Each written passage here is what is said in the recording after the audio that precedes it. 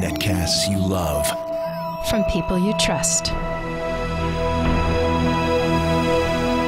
This is Twit.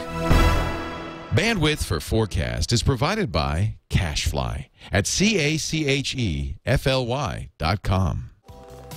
This episode of FourCast is brought to you by Netflix. Watch thousands of TV episodes and movies on your PC, Mac, iPad, iPhone, or TV instantly, all streamed directly to you, saving you time, money, and hassle. For your free 30-day trial, go to netflix.com/twit. What sort of future do you think we're heading for?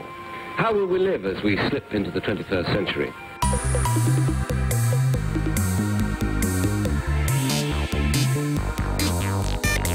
Welcome to FourCast episode 90. I'm Tom Merritt. And I'm Scott Johnson. Can you believe we're at episode 90, Scott? No, I can't believe it. We're 10 episodes away from 100, Tom. I know. I'm very happy to have some great guests with us to talk about their visions of the future today. New York Times bestselling author Ken Denmead, civil engineer, publisher, and editor of Geek Dad blog on Wired.com, and don't forget GeekMom.com as well. Absolutely. Great to have you along, Ken. Thanks for being with us. Fantastic to be here. Thanks. And John Kovalic, co-founder and co-owner of Out of the Box Games. He's on the creative team of Apples to Apples. You might also know him as the illustrator of Munchkin and the cartoonist behind Dork Tower. That's Dork Tower, not Dark Tower. Don't let my Midwestern accent fool you. John, welcome. It's a pleasure being here. It's great to have you both. You and Scott Johnson were reminiscing about old times before the show. Yeah, having a fellow cartoonist on the show, one of renown, I should say. Dork Tower is a favorite of many people, and such an early pioneer in webcomics that it's just really awesome. I mean, I came onto the scene like 2000. You were way ahead of me, so it's great to have us on here at the same time. It's fun being here. Thanks. Yeah, I started around 95. My first comic was Wildlife, and then that evolved into Dork Tower in the mid-late 90s. And yes, I had never thought I'd be around this long.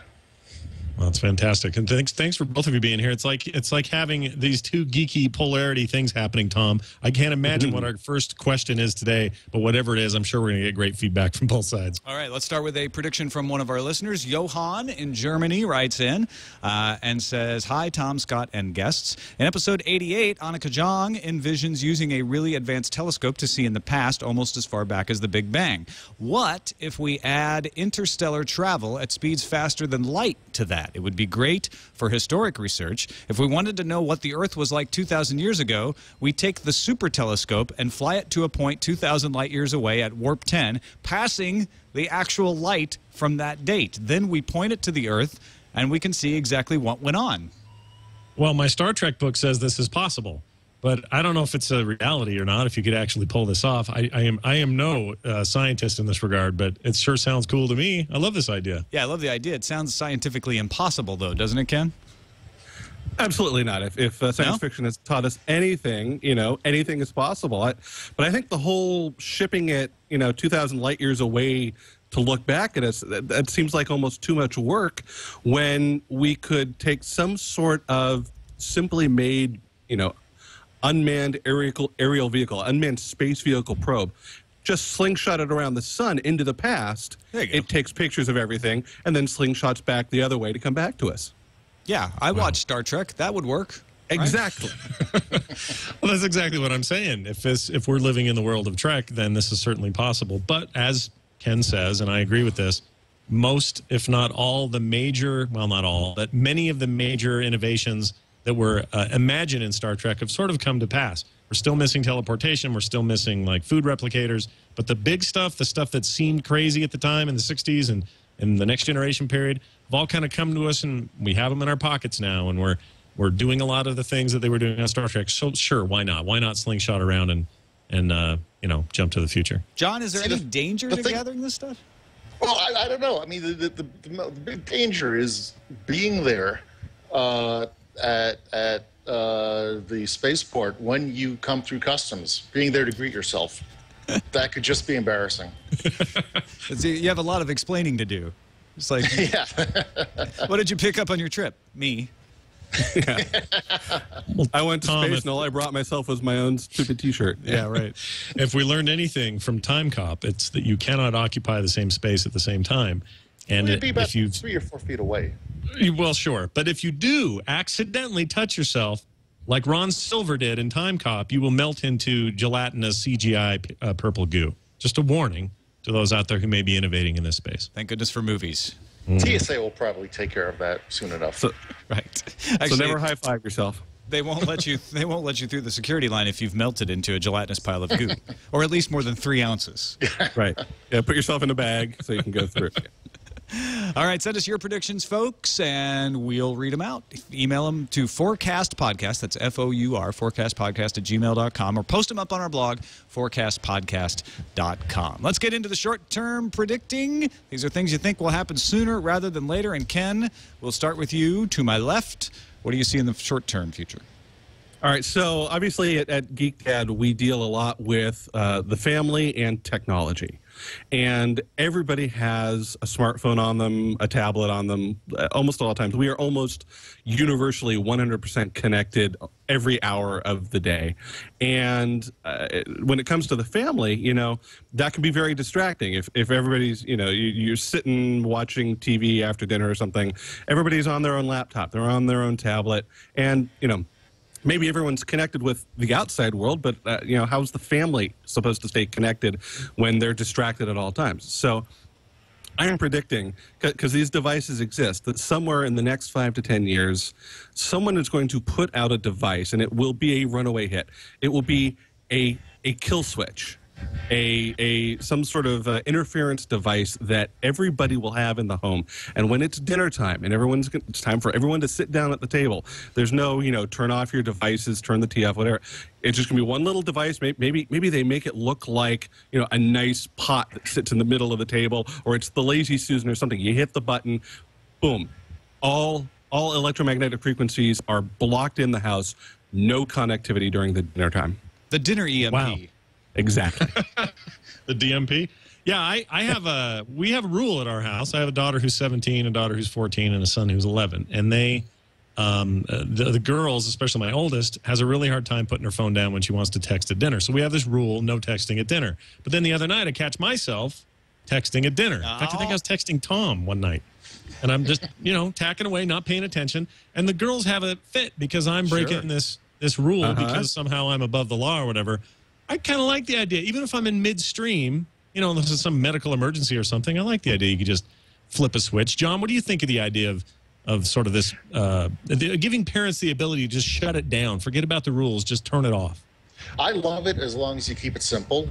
I've got a 3-year-old daughter now, and she can maneuver her way around an iPhone or an iPod like nobody's business. She is always going to be ahead of me.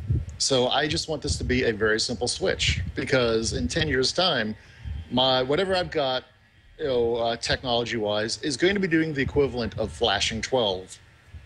And she is going to be there with a teleportation app on her iPod, whatever the equivalent is. So yeah, she is just going to be so far ahead of me.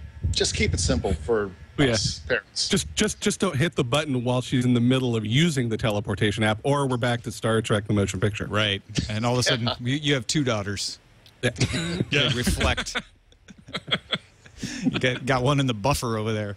No, that's Riker. That was in Next Generation. Yeah, I know. Yeah, sorry. I remember that.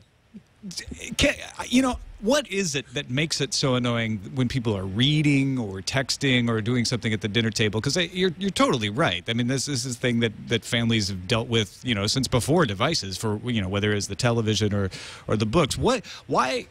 I'm just asking the question because I am also annoyed by it. But what is it that we want? Is it because we just want conversation and people paying attention? We have this concept, and, you know, for right or wrong, that when you're together as the family, you're together. It's that quality time. It's, you know, we should be talking with each other. We should be connecting with each other. We should be having conversations and informing each other. And it's so easy. You take your family for granted in some ways. And it's so easy to be quickly distracted by someone else who is actually asking for your attention as well. I mean, I can, you know, one reason it's so hard is even if you have your phone, and, you know, for me, it's in my pocket, it'll vibrate when someone has sent me an email or a tweet. That's a distraction. Why? Yeah, I should leave it in the other room. Oh, except that it's going to vibrate So I can actually hear it across the house. You know, it's like anyone can hear the sound of a baby crying. You can hear the sound of your own phone vibrating somewhere, 2 miles away. My phone is calling to me. Exactly. So, I think we are so well outward connected. We want the ability to inward connect, and there's always, I think there's this golden ideal of, intelligent family conversation around the dinner table, and it feels like something we've lost, and I think we keep fighting to get that back. And that's why I think the iKill will be the device that might need some marketing work. I'm not sure. True, yeah, maybe not the best name. No, this is a great idea, and we have in our house, we value our time around the table, and we figure that text to Tom, while maybe important on some subjective level, is not as important as finding out what Nick learned today, or why is that kid picking on him, or what he should do if he's getting picked on, or all these sort of life lessons that you get to have around dinner. We're big believers in it, but occasionally these things sort of sneak in. So I guess to finish on this, what about those devices you can use in some hospitals now, or I've heard of them being used maybe clandestinely in movie theaters, but there's a way to sort of just scramble everybody's signal in a certain radius. Basically, we have this technology today. Why aren't we using it in the home? Precisely. Somebody just needs to pull it together, brand it appropriately, put it out there, and you'll sell millions. I think when you're going out to eat, though, there's probably an argument for an etiquette of, like, there's a time in the in the pre-dinner when it's okay to check a message, then you put it away for most of the dinner, and then after dessert service, maybe it's okay to pull it out for a brief check. We need Emily Post to weigh in on this. I would just like to jump in here and say, you guys are all on California time, right? Pacific? Yeah. Mm-hmm. Mountain time for me. I'm here in the Midwest, and my family's in having dinner right now. And ooh, wow. Big violation. Yeah. No guesting on podcasts during dinner. Yeah. Obviously not a problem for you. All right, well, let's move over to you, John. Your short-term prediction, something you think will happen maybe in the next few years or so. What do you got for us? I think in the next 5, okay, this is on the more of the social side rather than the technology side. My prediction is within the next 5-10 years, the web cartoonists and the print cartoonists will in fact be friends. Oh, wow. Peace in our time. This is a bold statement right here. I mean, I have tried over the years, over the last decade of doing Extra Life and having it, find its success and be a thing that people like, to stay clear as I can from all the webcomic drama. But man, the webcomic world is so, it always surprises me how steeped in drama it is. And part of that drama now is this fierce fight between people putting stuff out purely digital and people who are still sort of sold on, brick and mortar and paper, and the fact that they can't seem to find this weird common ground. So I would ask you, John, what will be the great moment of epiphany? When will they all go, oh, we don't need to fight? It's going to be a gradual thing, but you're starting to see it now. A lot more print cartoonists are moving onto the web, or have got experience with PDF publishing, and many more of the successful web cartoonists are coming out with their own books. There's starting to be this a big mash of people who do both. I've always done both. Dork Tower started as a print comic. It went online. It's now primarily known as a webcomic. I don't think of it as a webcomic. I don't think of myself as a web cartoonist. I think of myself as a cartoonist. It is hard enough to make a living as a cartoonist when you start out. And in general, I think, despite all the drama of the webcomic, print comics things of the last few years, cartoonists tend to be a helpful bunch. Cartoonists tend to like helping other cartoonists out on a personal level. So as long as we can move away from the tribalism, it's all cartooning. Well, you just said it, and I think that this may be the moment, actually. If people hear this show and realize what we've done, we've made a very important distinction here, or you have, which is we're just cartoonists. Forget about web, forget about print. These are just the mediums where people can see our work, and they're really great mediums in their own right, and they both have their strengths and weaknesses. But really, you're just a cartoonist, and you're putting your stuff out there, and wherever you put it is all that matters is that wherever people are consuming it, that they're able to. I think Exactly. this may be our moment. This is our Geneva Convention. Let's do this. There was never any point before where newspaper cartoonists got into fights with magazine cartoonists because those were the medium they were using. So the whole, I find it a very artificial distinction in the first place. I mean, there's obviously far more amateur work on the web than you'll find in newspapers. But on the other hand, there's a lot of mediocre stuff in the newspapers. But once you get up to the professional level, there's just so much fantastic work in both, on the web. There's still some great, really great cartoonists who are primarily print cartoonists, and it's all cartooning. Well, will this distinction go away anyway as we stop making the distinction between print and digital? I mean, that is going to happen, I think. Personally, yes. I think that's going to happen eventually anyway. So do you think that this piece will happen before that point, or will that be what kind of makes you go, what is the difference? No, I think it'll happen before then, definitely. You can make a joke that it's going to happen sooner or later because the newspapers are dying, which is a little sad. But I just think, I mean, my goodness, when Scott Kurtz, who is a wonderful, amazing guy, by the way, really talented, just a wonderful person, and Ted Rall, very famous editorial cartoonist, when they can sit down and have a drink, as they have, that's just the Nixon going to China moment of our field.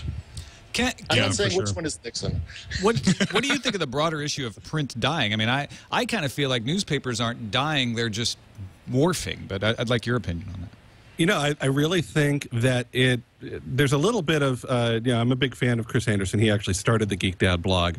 Chris Anderson, editor-in-chief at Wired Magazine. And he wrote very famously on the long tail that while there's always something out here on the end of the curve for everybody. And so I think right now we're seeing print diminish, but I don't think print will ever go away. In almost the same way that, they're making more LPs today than they were making 10 years ago. And a lot of people thought television was going to kill the movies. Why would you ever go to a movie when you could have the video in your home? But it turns out there's advantages to both, and I think we'll find what those advantages are to print. And I don't think just because the web exists doesn't mean that news can never make money online. Absolutely not. And the price of doing print journalism is going down at the same speed that the cost of doing web journalism has always been very low. And so there are always going to be people that like it, that like print journalism, and there's always going to be a market for magazines and newspapers in some way, shape, or form. It's as long as the business models evolve to keep them profitable, which they will. And so, cartooning, there will always be a place for it in print. There will always be a place for it online. And whatever else amazing, beamed directly into our brains, whatever. It'll always be there. Which brings me to the question for John, and I'd like to hear Scott's opinion on this too. John, do cartoons need newspapers going forward? Or will we eventually see a kind of a divergence where you just have a feed of your favorite cartoons and it's divorced from needing that daily carriage that it physically did need to come into your house every day in the past? I think we're already past the point where cartoons need newspapers. We probably passed that point 5-10 years ago. There are a lot of the best cartoonists in print are doing a lot of work online now. It's the artists, it's the creators controlling the means of distribution. The entire means of distribution is changing. It's obviously going to be a lot easier if you, in the old days when you could get picked up by a syndicate and immediately be in 500-600 newspapers. There's a different way of working now. It's going to be a lot harder for some cartoonists. On the other hand, if you take a cartoonist like Kate Beaton, who is brilliant and young and just her work is stunning, and she's become so popular so quickly because there's the opportunity to go viral. You'll have strips like XKCD, which could never have been in a newspaper. The Oatmeal could never have really run in a newspaper. Maybe a few magazines might have picked it up. So I think we're past the point where newspapers are needed for cartoons and cartoonists to thrive. Yeah, they haven't been relevant for quite some time, and it's funny because I went from this bright-eyed kid out of high school and college who just could not wait to get syndicated so I could get my work in print. And that process was a nightmare, very small sort of gates with one gatekeeper and lots of people trying to get in, and we could talk about that all day. But it has all switched for me to become, I can't wait to get my work online so I can build an audience big enough where I can then sell printed work anyway. And that's kind of where cartoonists kind of control their own destiny. The other beauty is that so do the readers. If you want to read your favorite comics online, whether they be traditional print comics that also publish online or otherwise, we have great tools like RSS feeds and other stuff that let the user decide what they want, when they want it, and how they want to read it. So the tools are in the hands of the creators, the tools are in the hands of the readers, and I think that's a win for everybody. Right. You don't have to. I beg your pardon. No, go ahead. You don't have to struggle through a dozen Mary Worths to get to Pearls Before Swine.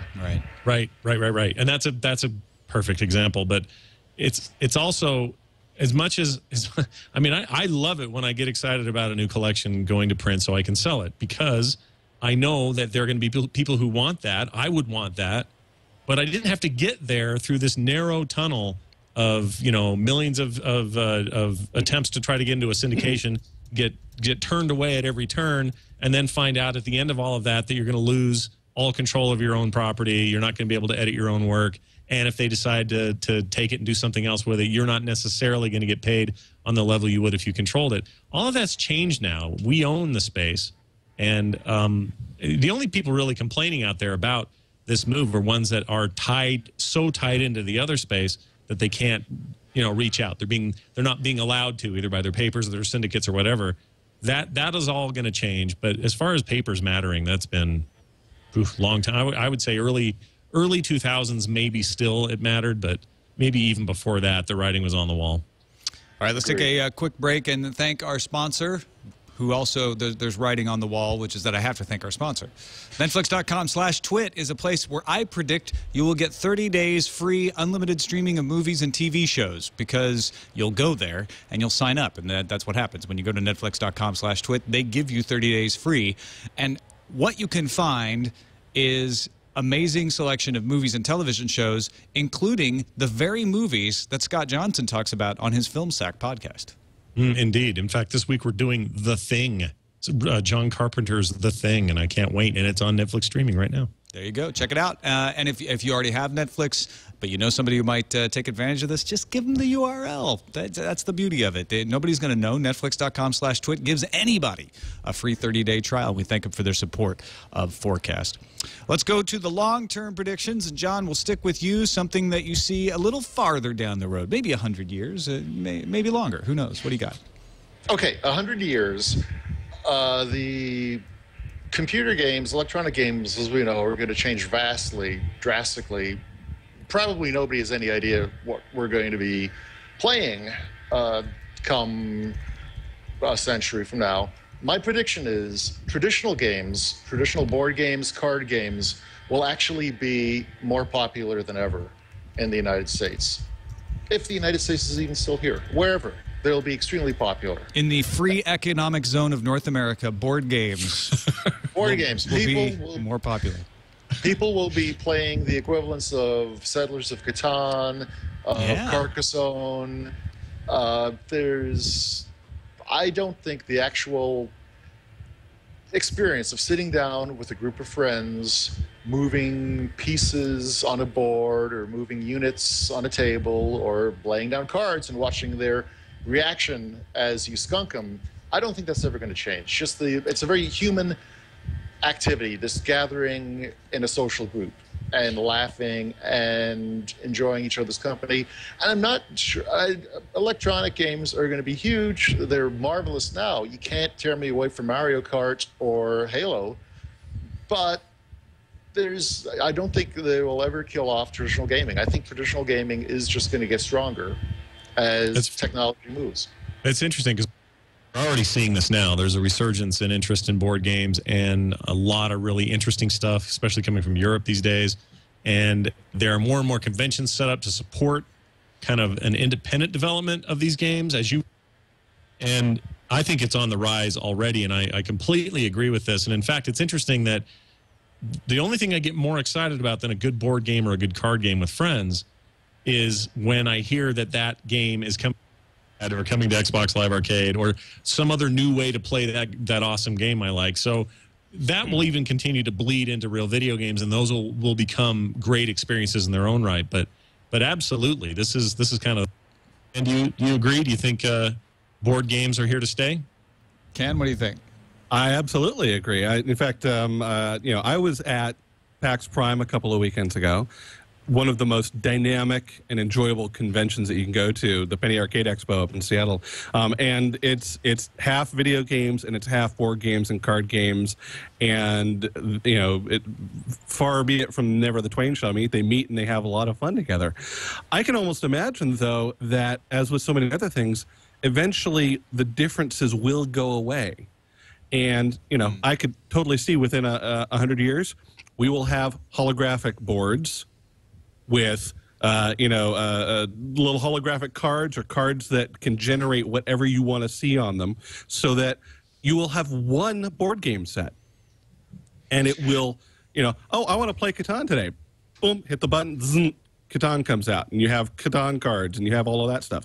And then suddenly, next day you want to play Carcassonne, or you want to play any of the amazing things. I mean, there are so many wonderful games coming out now.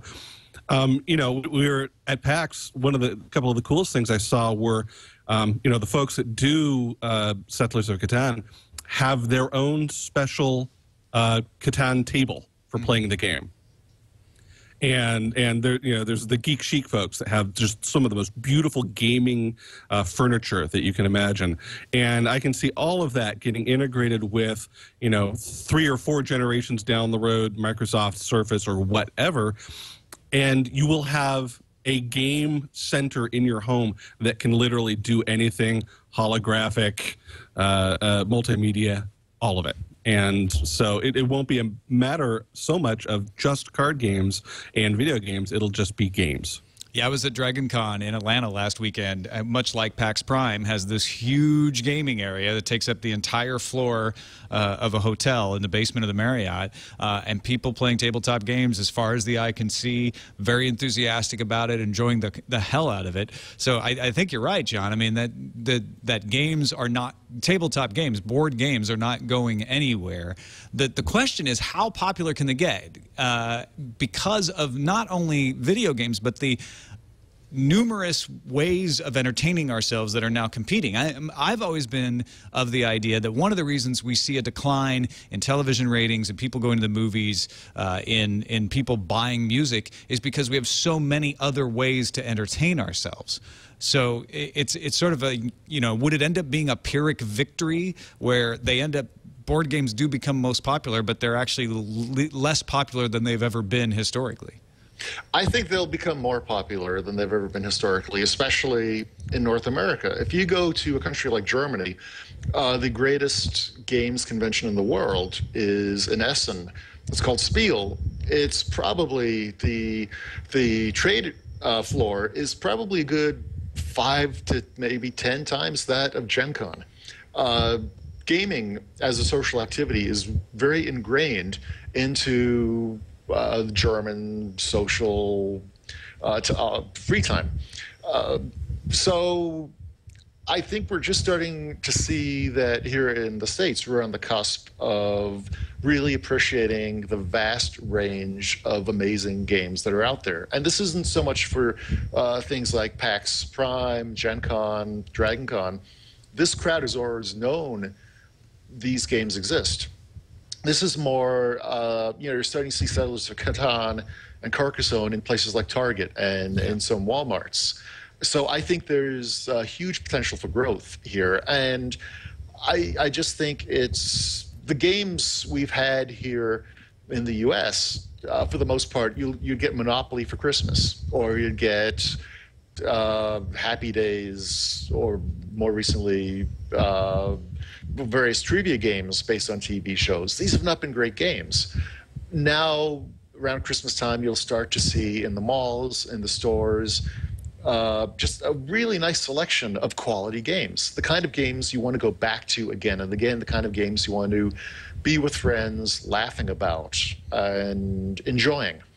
Yeah, I think you bring up a really good point that tabletop games, board games do not compete for a limited amount of attention. They're their own thing, and people can enjoy them as their own experience. Television didn't run them out of business. Movies didn't run them out of business. There's no reason to think that video games would. And you're right, man. Settlers of Catan, people who get into that from all stripes, it's not just geeks. You know, they get addicted and really get sucked in. It's a hell of a game. You know, I'll point out. You know, I wanted to point out one of the interesting trends is something like, you know, I'm assuming as being good geeks, we've all played our share of Dungeons and Dragons over the years. And I think it's been really fascinating to watch Wizards of the Coast put out board game versions of D&D as sort of these bridge things to attract people who are comfortable with board games, not necessarily yet comfortable with RPGs, but they're bringing them along, and you're using simplified sets of the rules, but still getting the effect of rolling the dice and having some form of a character sheet and having figures that represent the monsters and represent the people. And so there's so much more imagination being put into bringing these things to the popular culture in the United States now, where, I mean, I remember growing up, going to a hobby store, you could see all those really fancy looking box sets of these exotic European games. And, you know, they were mysterious back then. Now they're fascinating, and they're coming into the home. All right, let's move over to your long-term prediction, Ken. Something of the flying car variety, perhaps, something like that. What do you got for us? Okay, so we a little bit on the pre-show we're talking about how, you know, any good podcast will get you to sort of yell back at your listening device or your car stereo or whatever, going, "God, you forgot this," and I feel that way towards the FourCast podcast. There have been a number of episodes I've listened to where I just like, you know, you guys missed something really obvious. We're just glad you listened. There you go. Yeah, those three listens. That's me. Yeah. So I wanted to bring back up energy decentralization. All right. Now, the idea that at some point, and I think this is almost inevitable, except for, you know, whatever big company, horrible Illuminati conspiracies will try to regulate it away, is I think it really should be inevitable that we will have homes providing their own power plus surplus sometime in the next 50 to 100 years. And it started out, I started seriously thinking about this back when I was having a little, you know, personal political hot flash, thinking about a certain war in the last decade that cost a lot of money for very little positive outcome, and sat down one day on the back of a napkin and worked out the fact that the money spent at that point on that conflict would have paid for an installation of solar power to every home in the United States. Wow. Enough power to power each and every home in the United States based on that current technology, which, you know, worked out to about $20,000 to $25,000 per household to generate a couple of kilowatts. So if you can imagine knowing how quickly, first of all, solar power technology is getting towards that point of being competitive with other forms of energy production, and also considering where the energy consumption technologies are going in terms of, you know, the fascinating LED bulbs that look to probably overtake compact fluorescence and become the main form of our lighting in our homes.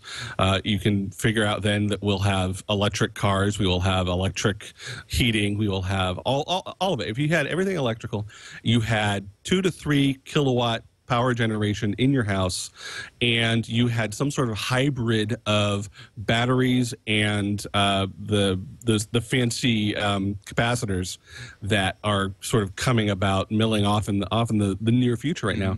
There is no way that every home in the United States, every apartment building, could not be generating enough power for itself, plus enough to feed back to the grid, that there would be net surplus, so that, you know, during the day, the houses are all either stored up themselves and hopefully feeding the businesses that need excess power. And then at night, there's enough battery backup and whatever. And, the solar technology is actually so amazing. I have right here at my desk this cool Logitech solar keyboard that I've been testing for a little while. It's a completely solar powered, and I can use it indoors all the time, and it's never running out of power. Wow, that's awesome. So here's my question: private sector generated or government generated? Who gets there first? Private. I hope private, and I think it will be private because right now that's where all the energy and focus is. I think there's enough of these small companies right now that try to find that magic equation between what the government tax incentives and subsidies are and pay. Signing up people. You pay, a homeowner pays $5,000 or $10,000. These guys put the solar thing in, and then you pay maybe 75% of what your normal power bill is. You pay that to this third-party company, and you get solar power for a 20-year lease or something like that. Obviously, right now, those are the hoops that they're jumping through. I think as the technology gets better, those are the companies that will be jumping on every new stage, every new iteration, and trying to get it out there and into the homes. I think there is a desire. I think there's a real desire in homes all over the United States that we want this. I mean, just the idea of how disruptive it would be if everybody felt self-sufficient in the power needs in their home. I think it has to happen. I think it really will happen. It's just a matter of how it evolves politically and economically. Yeah, there's that hump to get over for individuals as well as the entire country, the entire world, of how do we pay to get there. I think everybody wants to get there, right? They want that self-sufficiency, but it's a question of, well, do I want to get into a situation where I'm, have a monthly payment to a company for an extended period of time? Do I have enough to put this down? Do I want to go through the trouble of having this stuff put up on my house, even though I really want the outcome?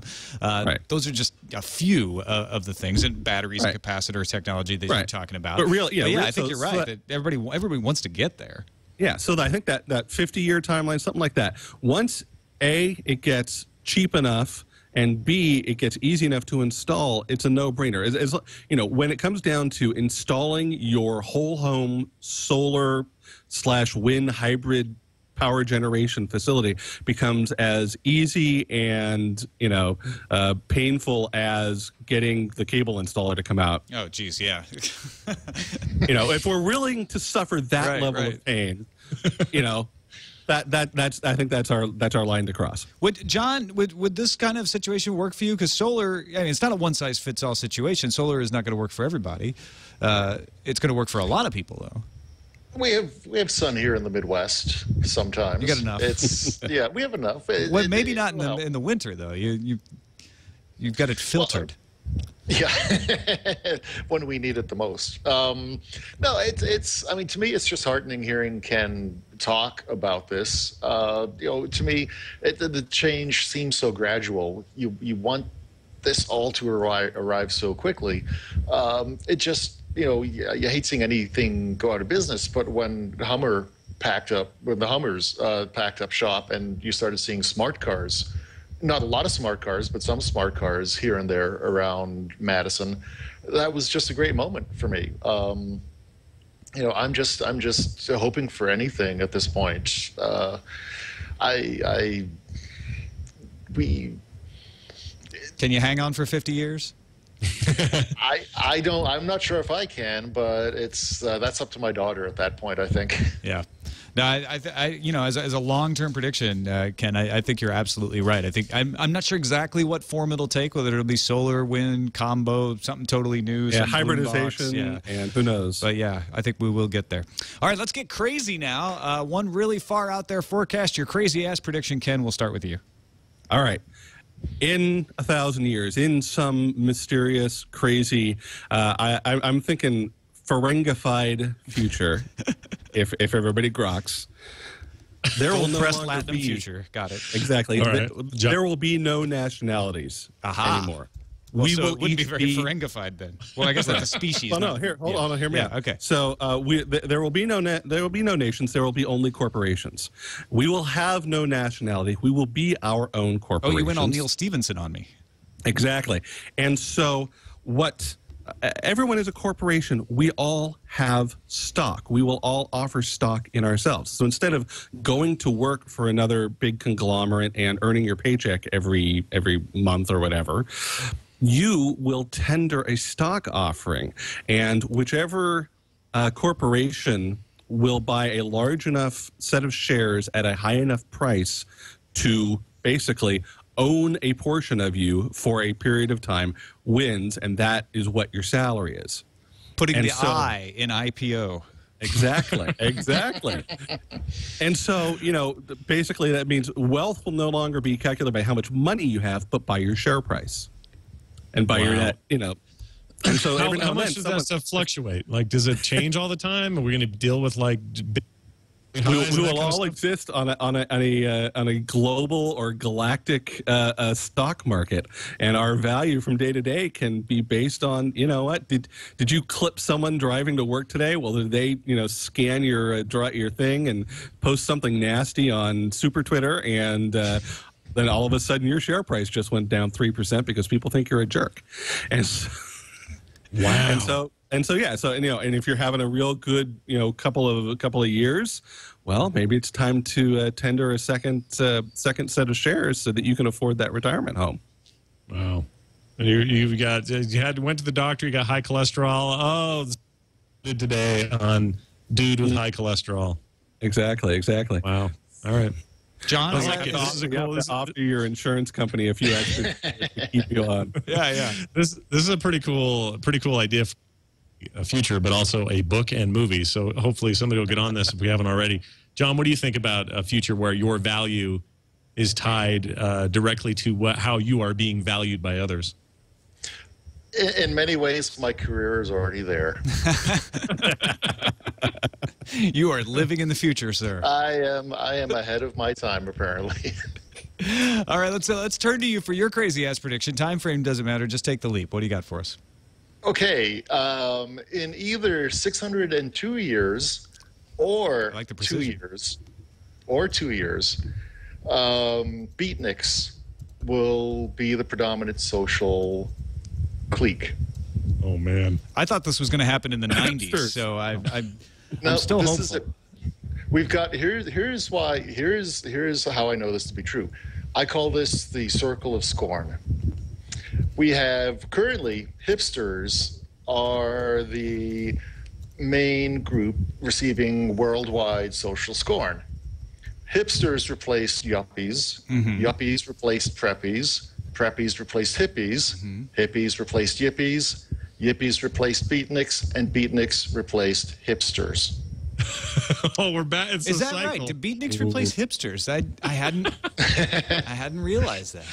Wow. We're having a Mufasa moment here. Major circle of life. The circle of scorn, and it's roughly a 60-year period, and so we are looking at we are on the cusp of a new beatnik era. What were the hipsters of the late 40s, early 50s like? Zoot suits. Okay. That was their version of skinny jeans. And well, they had the long keys on the long chains back then, right? Yeah, it's all come back full circle. Right. Okay, Wow. I could see this. I'm a big fan of cycles, finding those kind of patterns. So I'm with you on this one, Scott. Wasn't there a lot of sort of poetry, like stomp, kind of weird stuff going on in like bars and tea houses and stuff with beatniks? Do I have that? Do I have them assigned improperly? But a lot of that sort of. That's right. That Beat poetry. That's it. Invest. All I can say, gentlemen, is invest in berets. And just remember, black is the new black. Yes. Absolutely. All right, if you've taken nothing else from this episode, you will become rich by investing in berets, and you can thank John for that. I think it's time we better get to 4 questions, Scott. 4 questions. It's where we ask our guests 4 questions. 4 questions, rapid fire style, and we're going to do it now. I'm going to ask Ken my questions. Ken, are you sitting comfortably for your 4 questions? No, but that will help me. Awesome. Don't think too hard either. Here we go. Gives you the edge. How big of an impact will the Geek Dad blog have on your kids in the future? significant, since hopefully it's going to help him go to college. Good answer. Good answer. In the great milk shortage of 2056, what will you soak your Frosted Flakes in? Almond milk. Oh, yum! I drink it now. Yeah, little extra sweetener, a little bit of vanilla, and some bourbon, and it's perfect. And the bourbon, right? Just a touch of bourbon for flavor. Yeah, exactly. What represents a greater threat to humanity? Robot horses or sentient toasters? Robot horses or sentient toasters? Yes. Obviously the toasters, because they will willfully ruin all of our breakfast foods and therefore cause a global famine. Now, if Scott meant Cylons by sentient toasters, it was as a disparaging remark. Would that change your answer, Eddie? Of course not, because there are no Cylons. Right. All right. Of course. They are a myth. What am I talking about? I'm still pretty. My back is not going. Horses. Horses made out of robots still scares me. Anyway, Okay. Last question. Hoverboards, hover bikes, or hover cars? Yes. Yes. No, Agree. Correct answer. I want hover surfboards. I want hover yoga mats. Hover, if you're going to have hover, I want a hover house. I mean, come on. Yeah. Hover if everything. you can hover something, damn well hover everything. I agree. All right. I'm in 100% agreement. Well done. Tom, your questions for John now. All right, John, are you sitting comfortably? As comfortably as I can. Good, then we'll begin. Question number 1. How many more Star Wars editions will we suffer through, and what will be an example of further alterations? No. Well, the main alteration is they're going to stop focusing on the 3D for the movies, and they're going to start focusing on the fact that there's so many 1D characters. So we'll get a 1D version? You'll get a 1D version. In the future. Yes, to match the characters. By the way, tip of the hat to you for your Pray I Don't Alter Them Further cartoon the other day. Thank you so much. That was good. Yeah, that was a good one. Question number 2. In the great milk shortage of 2056... Oh, I'm sorry. I'm reading Scott's question segment. Question number 2 from me. Percentage chance of John Scully returning to Apple? Vodka. Oh, I'm sorry. That was the answer to it. But a good answer. Oddly, it works in both cases. And this would be an anticipation of the Newton 2. Yeah, it's one of those cycles questions, right? Newton 2, exactly. Well, it's got a little bit of the preppy thing going on, so I'd say 12 years by my cycle, something along those lines. Yeah, Scully just has to hold on for 12 years. Question number 3. Will humanity ever suffer a science fiction channel to live? I hope not. I hope not. It depends. Does this science fiction channel of which you speak actually show science fiction? Yeah, and it will keep its name to involve somehow science fiction in the name. It will not seem to be a disease that one could have caught in the 1800s. So still hope not? I've had to back off from some of those cartoons because they just would have taken over the strip. They're going to be more next week. And question number 4, when the aliens finally arrive, what will be our first message to them? Vodka. oh, wrong one. I'm sorry. I'm sorry or vodka? I'm sorry. Yeah. I'm sorry. Vodka? Maybe you can combine them. I'm sorry. I thought you wanted gin. No, just we a want blanket space vodka. Just a blanket. Welcome to Earth. Sorry about the mess. Really sorry. I am a fan of space vodka as well. Good alternate answer. All right, that's it. Thank you guys so much. This has been a really fun episode. I really appreciate you guys playing along. Hey, this was a ton of fun. I've been looking forward to this forever. It's wonderful. Thanks so much for having us.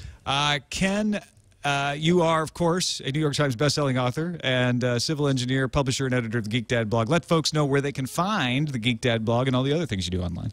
All right, geekdad.com. Also check out the companion site, geekmom.com. You can find us on Twitter at WiredGeekDad. I personally am at Fitzwilly. And for my books, geekdadbook.com. I have a new book coming out in November, the Geek Dad book for aspiring mad scientists. So please check it out. Awesome. Yeah. Available for pre-order now. Excellent. All right, I'll definitely keep an eye out for that. And John, too many things to count. Where do people keep up with all the stuff you do? Dorktower.com, D-O-R-K tower.com is probably the safest place to start. I'm on Twitter, muskrat_John. Worldofmunchkin.com is for all things Munchkin. And upcoming projects, the new issue of the Dork Tower comic book will be coming out in November as a PDF first. And the next collection of Dork Tower has been long delayed, but that will be out soon after. So, yay. Definitely looking forward to that as well. Scott Johnson, what more can we say? These guys were great. Awesome guests. I can't say enough about having those guys on. And I would just I would tell people to direct their attention toward currentgeek.com this week. I think we have a pretty cool article coming up. It's another show Tom and I do, a little short form show, and I like to bring it to people on Wednesday. So watch for that at currentgeek.com. I'm looking forward to that too. What's the article? I don't even know. I have to look at it. All right, that's it for this edition of FourCast, folks. You can email us with your predictions, and we'll always read at least one of them on the show, and we read all of them silently to ourselves. FourCastPodcast@gmail.com is the email address, and you can post comments up at our website, FourCastPodcast.com. We will see you next time on episode 91. Until then, take care. Bye. But it's only 32 years away. Way. Way? Complete.